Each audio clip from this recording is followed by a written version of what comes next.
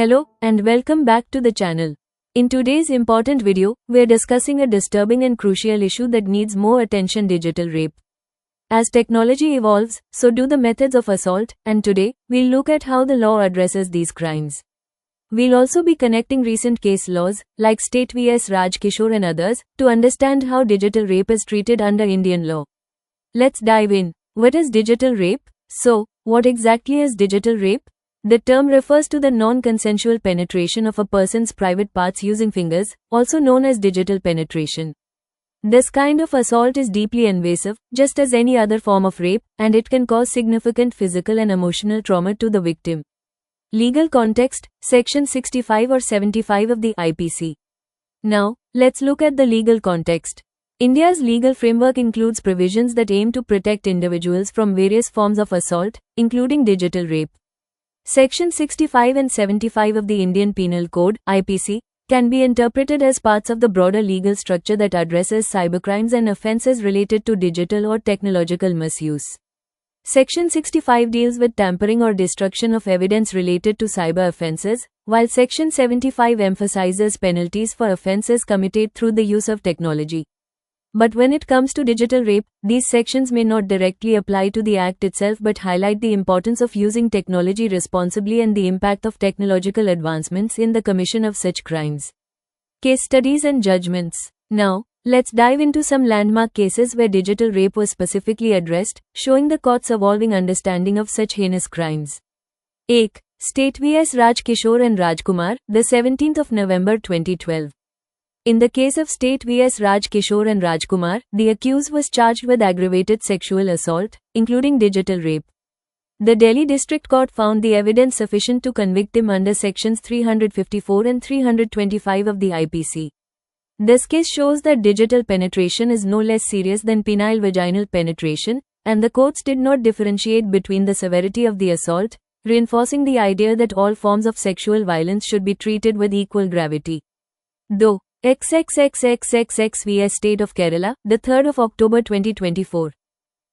Host. In XXXXXX vs State of Kerala, 2024, the court found that the accused had committed digital rape on the victim while she was unconscious, further aggravating the offense. The Kerala High Court emphasized that such assaults are a gross violation of a person's bodily integrity and dignity, irrespective of whether penetration occurred through a finger or a different body part. 3. Thomas at Joshi vs State of Kerala, the 28th of March 2025. Host. This case is one of the most horrific examples of digital rape, where the accused committed the crime against his infant child. The Kerala High Court, while hearing this case, made it clear that no form of sexual assault, whether committed with fingers, objects, or other means, should be underestimated. The court upheld the seriousness of the crime and delivered a harsh judgment against the accused, ensuring justice for the victim. Understanding the judgments, what do they tell us? Across these cases, the judicial trend is clear: digital rape is treated with the same severity as any other form of sexual assault. Courts have been unequivocal in their stance, recognizing that no amount of penetration, whether with a finger or a weapon, should be tolerated. These judgments align with the evolving understanding of rape laws in India, which focus on the nature of the assault and its impact on the victim rather than the method used. Recent cases and legal developments: as recently as 2025, the Delhi court sentenced a man to 25 years of rigorous imprisonment for committing digital rape on a 2-year-old girl. The court statement made it clear: no leniency can be granted simply because the assault was digital and not penile penetration. This case further strengthens the understanding that digital penetration is as severe as any other form of assault and deserves the highest level of punishment. What needs to change? Despite the progress made in the courts, digital rape remains underreported, and many people don't even understand the full implications of this crime.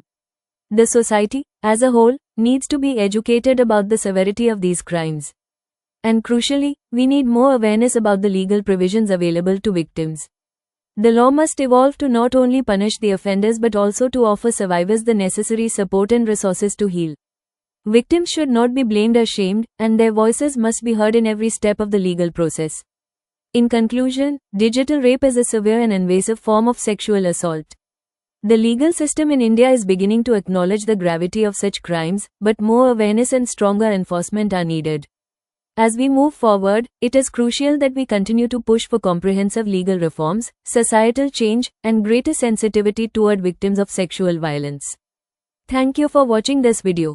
If you found this information helpful, please share it with others to spread awareness. And as always, feel free to leave your thoughts and questions in the comments below. Don't forget to like, subscribe, and turn on notifications for more in-depth legal analyses and discussions. Together, we can work towards a safer world for everyone, free from the horrors of digital rape and other forms of sexual violence. Stay safe, stay informed, and let's keep fighting for justice.